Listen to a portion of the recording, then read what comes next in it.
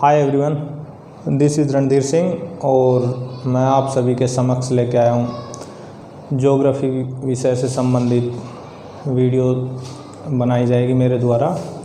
और मैं आपको पढ़ाने के साथ साथ पढ़ने का एक सही मेथड किस तरीके से लिंकअप करके और पढ़ाई करते हैं वो चीज़ें भी यहाँ पे सिखाऊंगा। तो हमारा सब्जेक्ट है ज्योग्राफी और ज्योग्राफी से संबंधित ही हम पढ़ेंगे। तो आज हम ज्योग्राफी का पहले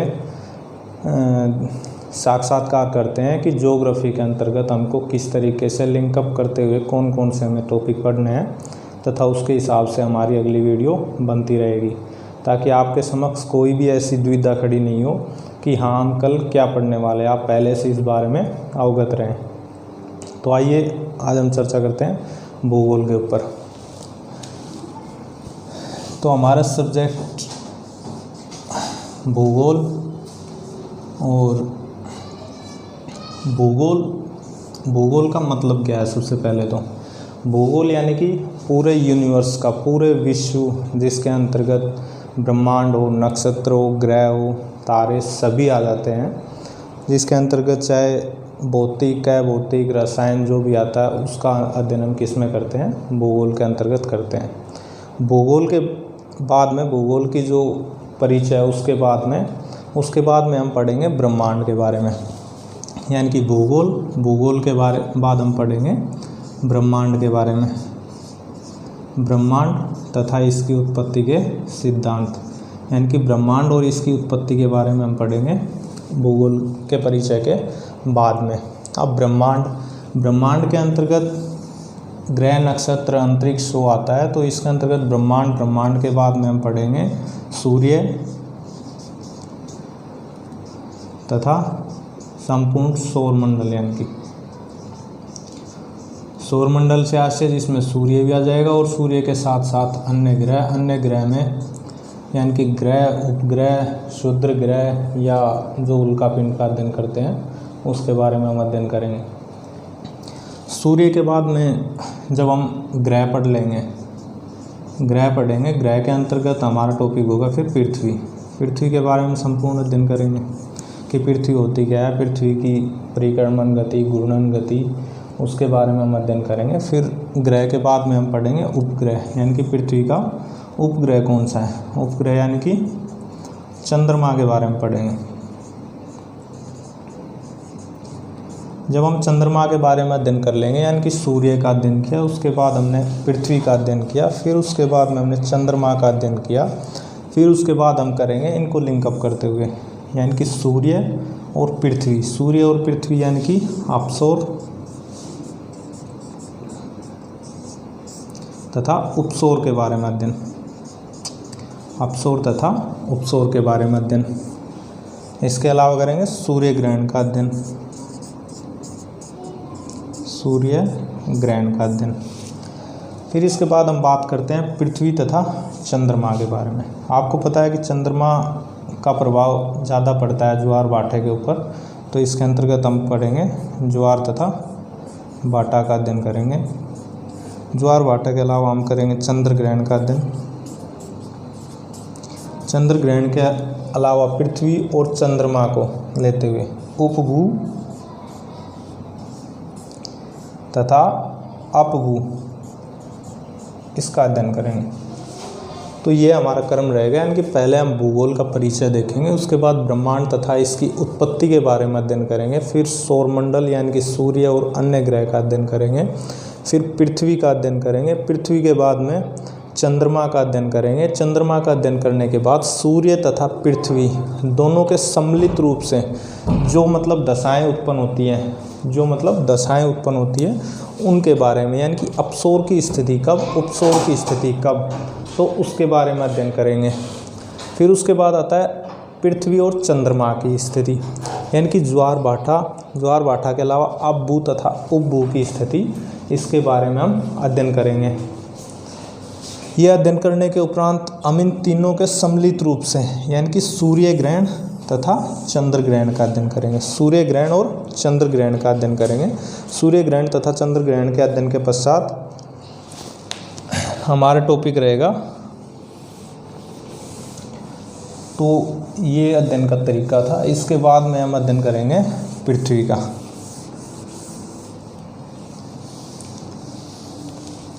तो पृथ्वी के अध्ययन के अंतर्गत हम देखेंगे कि पृथ्वी का अध्ययन करने से पहले हमें ज़रूरी क्या क्या है। तो उसके लिए देखते हैं कि हमें पहले तो अक्षांश तथा देशांतर रेखाओं की जानकारी होनी चाहिए। अक्षांश व देशांतर।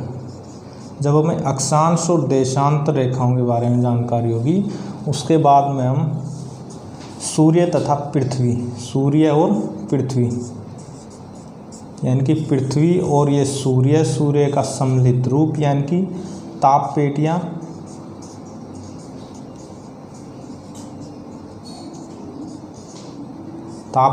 या वायुदाब पेटियाँ या हम कह सकते हैं कि प्रेशर बेल्ट का अध्ययन करेंगे। प्रेशर बेल्ट का मतलब क्या है कि हाँ, किस तरीके से सूर्य पृथ्वी के ऊपर प्रकाश के अनुसार उसका डिवाइड करते हैं, किस तरीके से हम डिवाइड करते हैं इनको, और फिर उसके बाद में पृथ्वी तथा सूर्य का हम सापेक्ष इनका अध्ययन करते हैं। पृथ्वी और सूर्य के सापेक्ष अध्ययन करने के उपरांत हम स्पेशल पृथ्वी का अध्ययन करेंगे। पृथ्वी का अध्ययन करने के लिए पृथ्वी के अध्ययन से क्या तात्पर्य है? पृथ्वी के अध्ययन से तात्पर्य है कि यानी कि धरातलीय भाग और इसके अलावा जलीय भाग।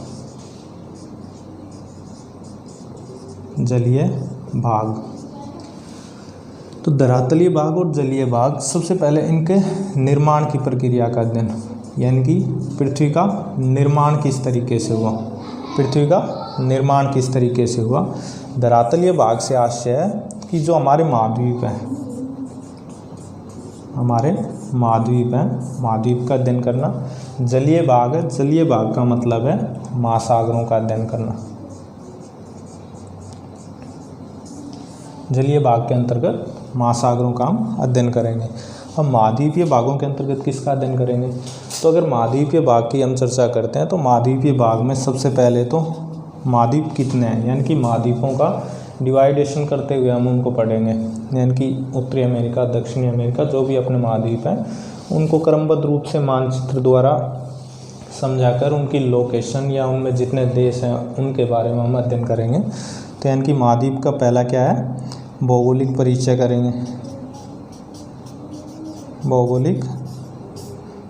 करेंगे सभी महाद्वीपों से। अब सभी महाद्वीपों का भौगोलिक परिचय करने के बाद वहाँ के संसाधनों के बारे में, यानी कि संसाधन वहाँ पे कौन कौन से पाए जाते हैं, इसके अलावा नदियों के बारे में कि उन महाद्वीपों में नदियाँ कौन सी पाई जाती हैं, तथा उनकी अन्य विशेषताओं के बारे में बात करेंगे। तो ये तो था महाद्वीप के बारे में, यानी कि पृथ्वी। सबसे पहले पृथ्वी की उत्पत्ति के संबंध में, उत्पत्ति के बाद कि पृथ्वी का निर्माण किस तरीके से हो उसके बारे में। और निर्माण प्रक्रिया के अंतर्गत हम देखते हैं कि दो भाग बने, एक धरातलीय भाग तथा दूसरा बन गया जलीय भाग। धरातलीय भाग की उत्पत्ति किस तरीके से हुई? धरातलीय भाग यानी बना तो उसको हमने महाद्वीप की संज्ञा दी, और जो जलीय भाग बना उसको हमने महासागर की संज्ञा दी। जब जो महाद्वीप है, महाद्वीप के अंतर्गत यानी कि हम पहले भौगोलिक परिचय करेंगे कि कौन कौन से महाद्वीप है तथा उन महाद्वीपों से हम किस तरीके से उनके ऊपर हम परिचर्चा करते हैं। फिर उसके बाद वहाँ पाए जाने वाले संसाधन, नदियाँ तथा अन्य विशेषताओं के बारे में अध्ययन करते हैं। फिर हम आते हैं महासागर के ऊपर कि महासागरों में फिर किसका अध्ययन करेंगे? तो महासागर यानी कि जलीय भाग। जलीय भाग में हम बात करेंगे जल संधियों की या जलडमरू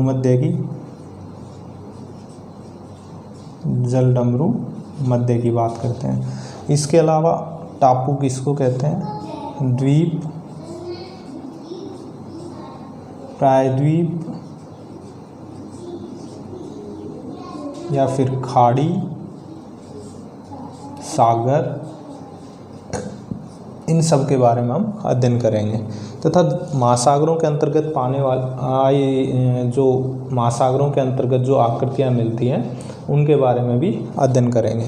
तो महासागरों के अंतर्गत हमने जल संधियाँ, जलडमरू मध्य, टापू, द्वीप, प्रायद्वीप, खाड़ी, सागर, इनका तात्पर्य क्या है तथा ये कहाँ कहाँ पे पाई जाती है, इसके बारे में हम अध्ययन करेंगे कि कौन से देशों को तो ये जोड़ने का काम, अलग करने का काम, या किस देश के अंतर्गत कौन सा सागर आता है, कौन सा टापू या द्वीप आता है, तो उसके बारे में हम अध्ययन करेंगे।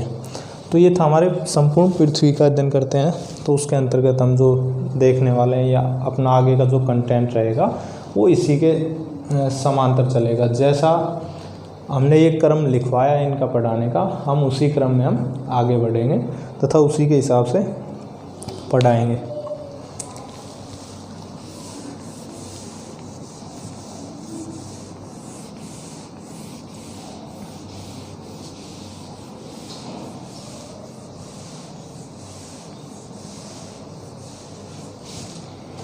तो दोस्तों ये था भूगोल, तथा हमने अपना पहला टॉपिक का जो चुनाव करते हुए हम पढ़ने की बातें की थी। तो पहला टॉपिक हमारा होगा भूगोल। भूगोल का जो परिचय है उसके बारे में पढ़ेंगे, यानी कि भूगोल का जो आम परिचय है उसके बारे में पढ़ेंगे।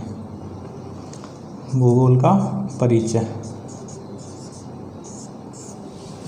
जब भी भूगोल के परिचय की बात चलती है तो हमको 3 नाम याद रखने हैं। 3 नाम कौन कौन से होंगे अभी लिखता हूँ। तो 3 नाम में पहला नाम कौन सा आता है? इरेटोस्थनीज का।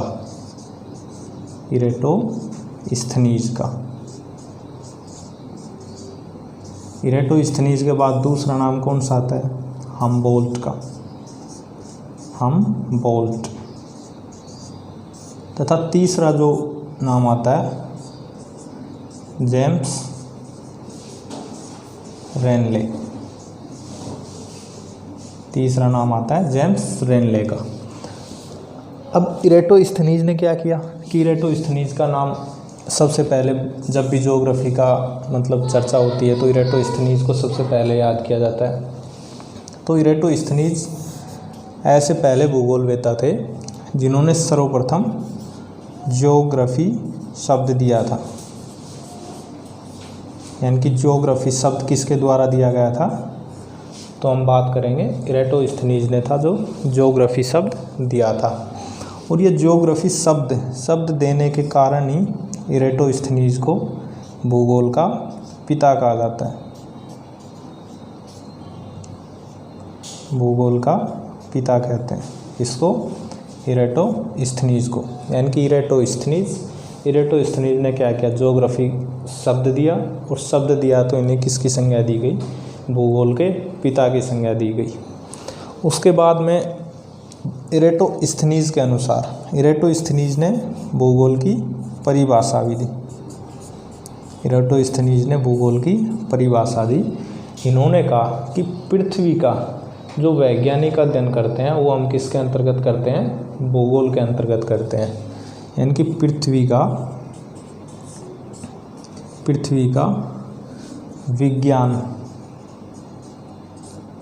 का विज्ञान या वैज्ञानिक अध्ययन जो करते हैं वो किसके अंतर्गत करते हैं? पृथ्वी का विज्ञान किसे कहते हैं? भूगोल को कहते हैं। तो ये पृथ्वी के विज्ञान की संज्ञा किसने दी थी? इरेटोस्थनीज ने दी थी। तो ये इरेटोस्थनीज के बारे में हो गया। उसके बाद में हम आते हैं हमबोल्ट पे। हमबोल्ट को आधुनिक भारत का पितामह कहा जाता है, आधुनिक भूगोल का पिता कहा जाता है। हमबोल्ट को कहा जाता है आधुनिक भूगोल का पिता।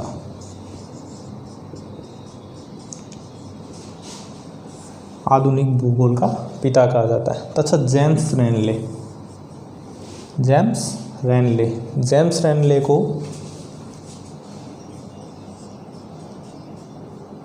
भारत के भूगोल का पिता कहा जाता है। जेम्स रेनले को भारत के भूगोल का पिता कहा जाता है। भारत के भूगोल का पिता कहा जाता है। तो जेम्स रेनले भारत के भूगोल का पिता। हमबोल्ट को आधुनिक भूगोल का पिता, तथा इरेटोस्थनीज को कंप्लीट ज्योग्राफी का यानी कि यूनिवर्स की जो भूगोल है उसका पिता कहा जाता है इरेटोस्थनीज को। कारण क्या है इसके पीछे? तो कारण हमने दिया कि भाई ज्योग्राफी जो शब्द है वो सर्वप्रथम किसके द्वारा प्रयोग में लाया गया था? इरेटोस्थनीज के द्वारा, यानी कि जो सैद्धांतिक रूप से जो व्यवहार में लाने का श्रेय वो किनको है? इरेटोस्थनीज को है। इरेटोस्थनीज को इसी कारण इनको भूगोल का पिता कहा गया। फिर हमबोल्ट आते हैं, फिर उसके बाद में जेम्स रेनले के आते हैं। जेम्स रेनले की बात होती है तो आप लोग अगर चाहें तो इसका स्क्रीनशॉट ले सकते हैं।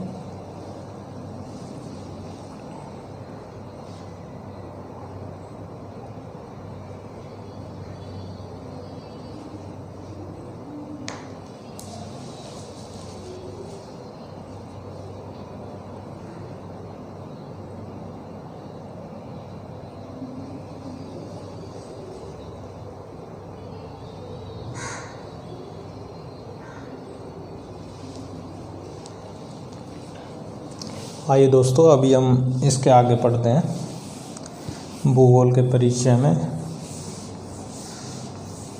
तो इरेटोस्थनीज, हमबोल्ट तथा इसके अलावा जेम्स रेनले, ये 3 ऐसे भूगोलवेता थे जिनका नाम मुख्यतः लिया जाता है। अगर हम भूगोल की जो सर्वमान्य परिभाषा है उसकी अगर हम बात करते हैं तो सर्वमान्य परिभाषा भूगोल की बात करते हैं तो भूगोल मानव तथा प्रकृति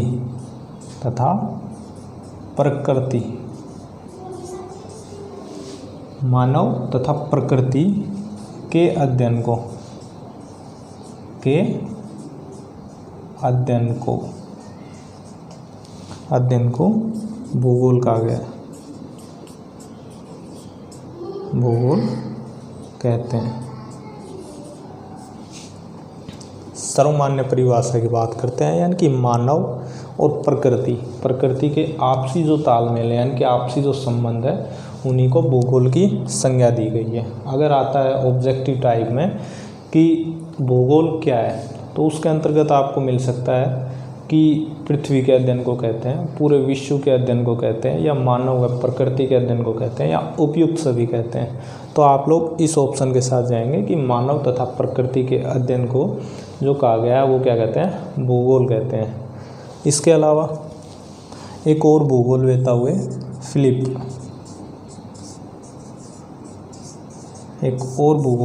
कौन? फिलिप हुए। और फिलिप महोदय ने कहा कि भौतिक भूगोल, फिलिप महोदय ने कहा भौतिक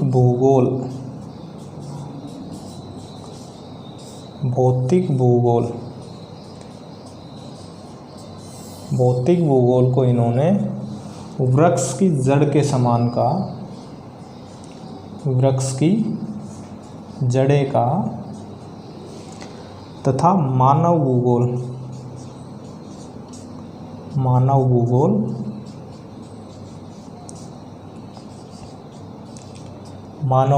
को इन्होंने वृक्ष की टहनियाँ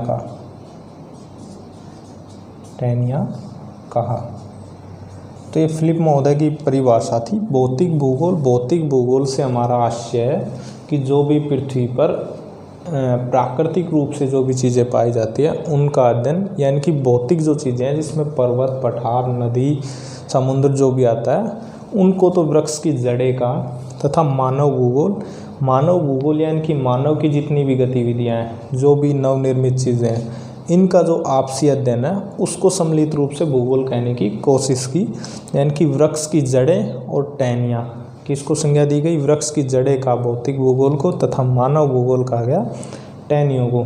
तो इस हिसाब से कंप्लीट रूप से एक वृक्ष बनाने की कोशिश की, और इस वृक्ष को ही क्या कह सकते हैं? हम भूगोल कह सकते हैं। यानी कि इसके अंतर्गत जो अध्ययन किया गया इसी को क्या कहते हैं? भूगोल कहते हैं। यानी कि भौतिक भूगोल तथा मानव भूगोल का जो अध्ययन है। अभी आप लोग चाहें तो इस तरीके से स्क्रीनशॉट ले सकते हैं। एक बार मैं फिर दोहरा दूं इसे कि जो सर्वमान्य परिभाषा है तो सर्वमान्य परिभाषा में तो मानव तथा प्रकृति के अध्ययन को भूगोल कहा गया। इसके अलावा फिलिप महोदय ने दी कि भौतिक भूगोल को तो वृक्ष की जड़ें कह सकते हैं तथा जो मानव भूगोल है इसको हम वृक्ष की टहनियाँ कह सकते हैं। यानी कि कंप्लीट एक वृक्ष की कल्पना की जिसमें भौतिक भूगोल तथा मानव भूगोल दोनों आएंगे तथा इसी को क्या भूगोल कहने की उन्होंने भूगोल की संज्ञा दी। तो इस तरीके से आप इसका स्क्रीनशॉट ले सकते हैं अभी।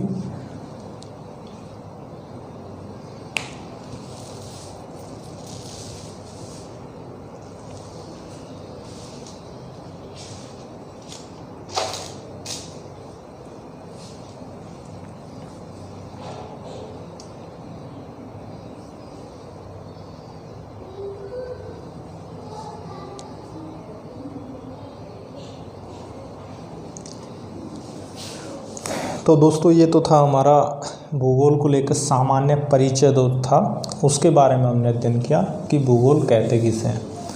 अब इसके बाद में हमने भूगोल के परिचय के बाद में हमने बात की थी ब्रह्मांड तथा ब्रह्मांड की उत्पत्ति के संबंध में कि ब्रह्मांड की उत्पत्ति किन कारणों से हुई, यानी कि जो मान्यताएं हैं वो क्या है। जानता तो इस बारे में कोई भी नहीं है कि वास्तविकता में हुआ क्या था, लेकिन कुछ सिद्धांत दिए गए, उन सिद्धांतों की हम चर्चा करते हैं कि किस तरीके से ब्रह्मांड की उत्पत्ति हुई होगी या किस तरीके से मतलब एक क्रमबद्ध रूप से ब्रह्मांड आया होगा। तो ब्रह्मांड उत्पत्ति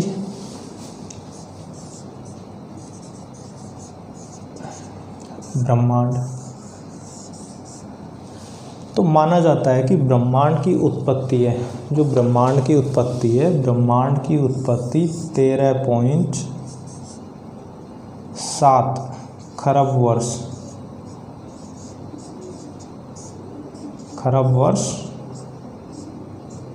पूर्व हुई। यानी कि ब्रह्मांड की जो उत्पत्ति है वो 13.7 खरब वर्ष पूर्व मानी जाती है। अगर हम एग्जैक्ट मान की बात करते हैं तो एग्जैक्ट मान अगर आप लोग लिखना चाहें तो इसका 13.799 प्लस माइनस 21, यानी कि ये इसका एग्जैक्ट मान है कि ब्रह्मांड की उत्पत्ति इतने समय पूर्व की मानी जाती है।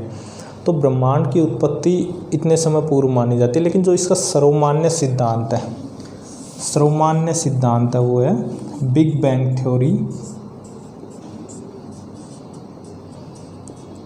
बैंग थ्योरी या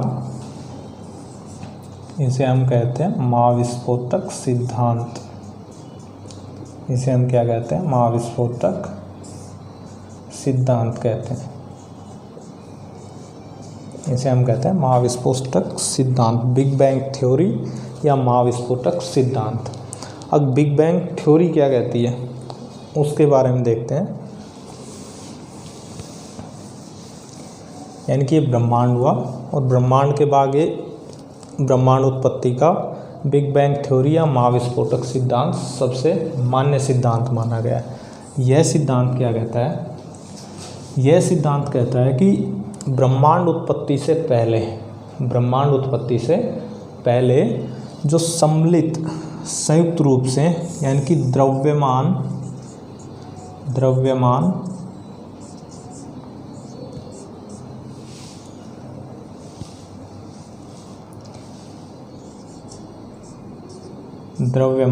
तथा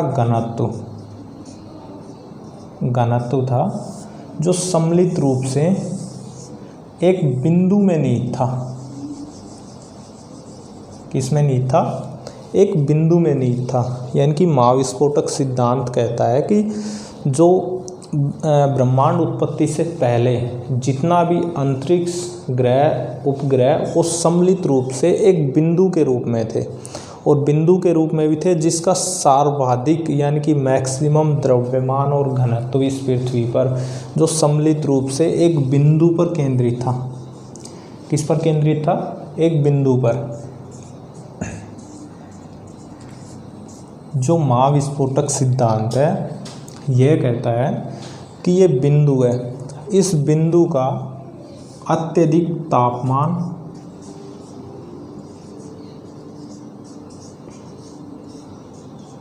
तापमान के कारण क्या हुआ होगा, धमाका हुआ होगा। और धमाके का भी क्या मतलब है कि इस धमाके में भी समय कितना लगा होगा, 1.43 सेकेंड, 1443 सेकेंड का समय लगा होगा। और इस 143 सेकेंड का जो समय लगा, इस धमाके की स्थिति को, इसी स्थिति को यानी कि धमाके जो स्थिति है, इसी को कहते हैं गुरुत्वीय सिंगुलरिटी। इसी को क्या कहा गया, गुरुत्वीय सिंगुलरिटी कहा गया। धमाका हुआ, 143 सेकेंड का टाइम लगा, इसे क्या कहा गया, गुरुत्वीय सिंगुलरिटी कहा गया। तो आप लोग इसका स्क्रीनशॉट लीजिए, उसके बाद में हम आगे करते हैं।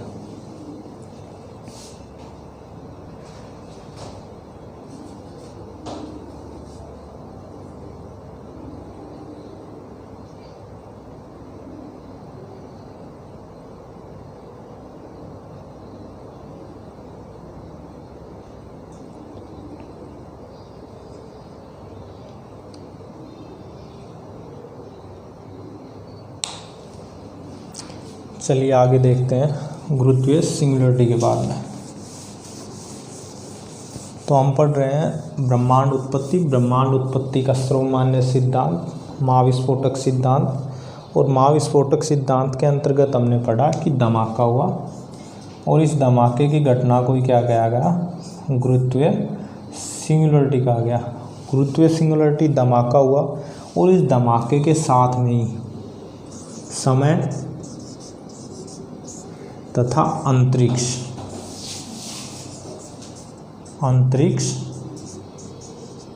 का प्रारंभ माना जाता है। इस धमाके के साथ ही समय तथा अंतरिक्ष का प्रारंभ हो गया। अब क्या हुआ होगा कि एक बिंदु है, जैसे इसमें मान लो धमाका हुआ, धमाका होने से जो सबसे बड़ी है वो तो क्या बन गया, सूर्य बन गया। ऐसा हम सिर्फ मान रहे हैं कि ऐसा हुआ होगा, तथा सूर्य और इस जो सबसे बड़ा टुकड़ा था वो सूर्य बना। इसके अलावा इसके आसपास में जितने भी बने वो सभी छोटे छोटे टुकड़े हैं, उन्होंने किसका रूप ले लिया, ग्रह, नक्षत्र, उपग्रह तथा उल्कापिंडों का रूप धारण कर लिया होगा।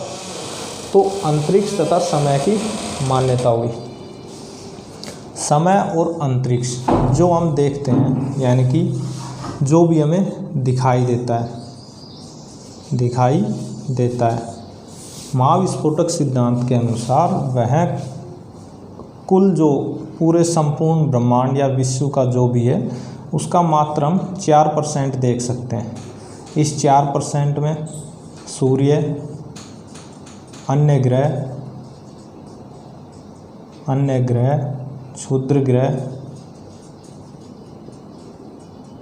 क्षुद्र ग्रह या बौने ग्रह या जो भी मंदाकिनी तथा और अन्य चीज़ें आती हैं वो 4% होती हैं।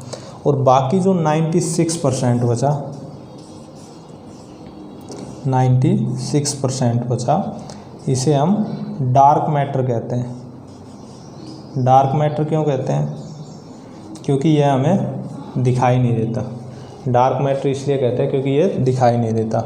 अब 96% के अंदर भी इसके हम 2 भाग कर सकते हैं, यानी कि 73% और 23%। इस 23% को तो डार्क एनर्जी की संज्ञा दी गई, डार्क एनर्जी की संज्ञा दी गई। 23% डार्क एनर्जी हुई, तथा जो 73% है वह कहीं ना कहीं द्रव्यमान के रूप में विद्यमान है। ऐसी मान्यताएं किसकी है, महाविस्फोटक सिद्धांत की, या महाविस्फोटक सिद्धांत या बिग बैंग थ्योरी की ऐसी मान्यताएं हैं कि ऐसा रहा होगा। तो 73%, 23% डार्क एनर्जी वह एनर्जी जिसके अंतर्गत मतलब ब्रह्मांड की जितनी भी हलचल होती है, ग्रह नक्षत्र एक दूसरे के चक्कर लगाते हैं, तो चक्कर लगाने के लिए जो आवश्यक ऊर्जा है वह डार्क एनर्जी से प्राप्त होती है। इसी के अंतर्गत मतलब चक्कर लगाने का संपूर्ण जो परिक्रमण होता है वो डार्क एनर्जी के तहत ही होता है। तो आज हमने अध्ययन किया किसके बारे में, भूगोल का जो आम परिचय है उसके बारे में अध्ययन किया। भूगोल के आम परिचय के अंतर्गत हमने देखा कि इरेटोस्थनीज, उसके बाद हमबोल्ट के बाद में हमने रेनले जेम्स के बारे में पढ़ा था, तो उन्होंने किस प्रकार से परिभाषाएं दी। उसके बाद हमने फिलिप के बारे में अध्ययन किया तथा उसके बाद हम ब्रह्मांड उत्पत्ति के सिद्धांत के बारे में, कि ब्रह्मांड की उत्पत्ति है जो 13.7 खरब वर्ष पूर्व हुई, तथा उसका सर्वमान्य जो सिद्धांत है कि ब्रह्मांड की उत्पत्ति किस तरीके से हुई होगी, तो उसके बारे में हमने देखा कि हाँ किस तरीके से एक बिंदु के रूप में रहा होगा और द्रव्यमान व घनत्व के कारण वह इकट्ठा था, लेकिन तापमान में वृद्धि के कारण विस्फोट हुआ जिससे ऊर्जा उत्पन्न हुई तथा कुछ ग्रह नक्षत्र और अन्य चीज़ें निर्माण में या अपने सापेक्ष मतलब आई। तो समय और अंतरिक्ष की उत्पत्ति भी उस बिंदु के विस्फोट के साथ ही मानता है, ऐसा महाविस्फोटक सिद्धांत ऐसी मान्यताएं देता है। और आज के टाइम में जो सर्वमान्य जो सिद्धांत है वह बिग बैंग थ्योरी है। वास्तविकता क्या है इसके बारे में तो कोई भी मतलब नहीं जान सकता कि भाई ऐसा क्या हुआ होगा कि पूरे विश्व की रचना हुई। तो इसी के साथ आज की क्लास समाप्त होती है। अगर आपको यह वीडियो पसंद आई तो लाइक और सब्सक्राइब करना न भूलें। धन्यवाद।